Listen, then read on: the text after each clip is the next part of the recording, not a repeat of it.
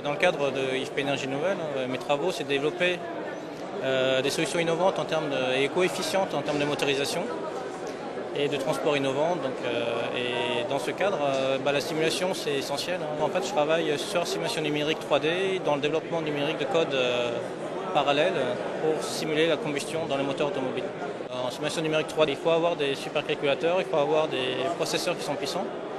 Et depuis 2 ans ou 3 ans que le GNC existe, on arrive vraiment à faire des très beaux calculs et des calculs de plus en plus précis au niveau de la combustion, sachant qu'au niveau de la chambre de combustion automobile, on a 2 problèmes principaux à résoudre. C'est le diphasique, donc résoudre la partie diphasique et l'injection de carburant dans la chambre de combustion, et c'est la combustion, l'émission de polluants et la simulation de toutes les réactions chimiques en fait, qui se trouvent au niveau de la combustion.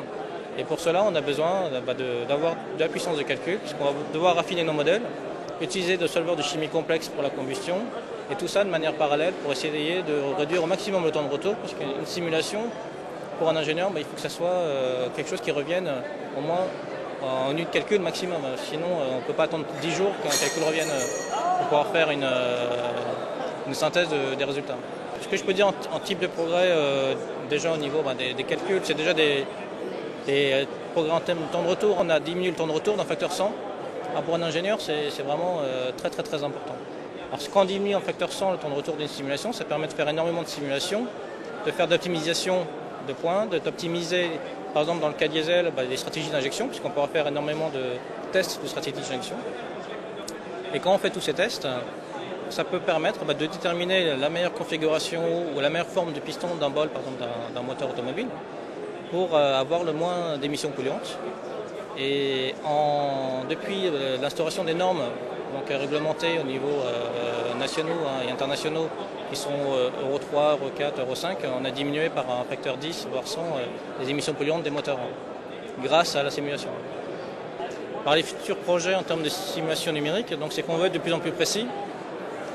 Pour être de plus en plus précis, il faut faire des calculs de plus en plus importants. Si on veut faire des calculs de plus en plus importants, il faut les distribuer de plus en plus sur des très grosses machines. Donc on voit les exascaling qui arrivent, donc les machines de type exaflop.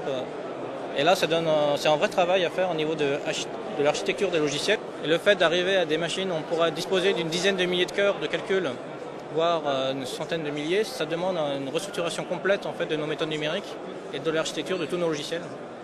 Donc ça, c'est un des gros projets qu'on a en cours, de voir comment on va pouvoir passer ce cap du exascaling en vue d'avoir des simulations de plus en plus réalistes.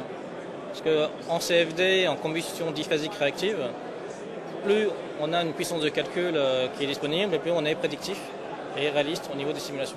Le prix Bull-Fourier, c'est un prix qui récompense des avancées en calcul scientifique et en HPC. Et c'est vraiment, je pense, quelque chose de très intéressant et encourageant pour les chercheurs en HPC. C'est un vrai plus pour des chercheurs et pour une équipe de chercheurs, pouvoir dire qu'on a un prix Bull-Fourier et réussi à avoir un prix Bull-Fourier sur nos développements, c'est vraiment très encourageant.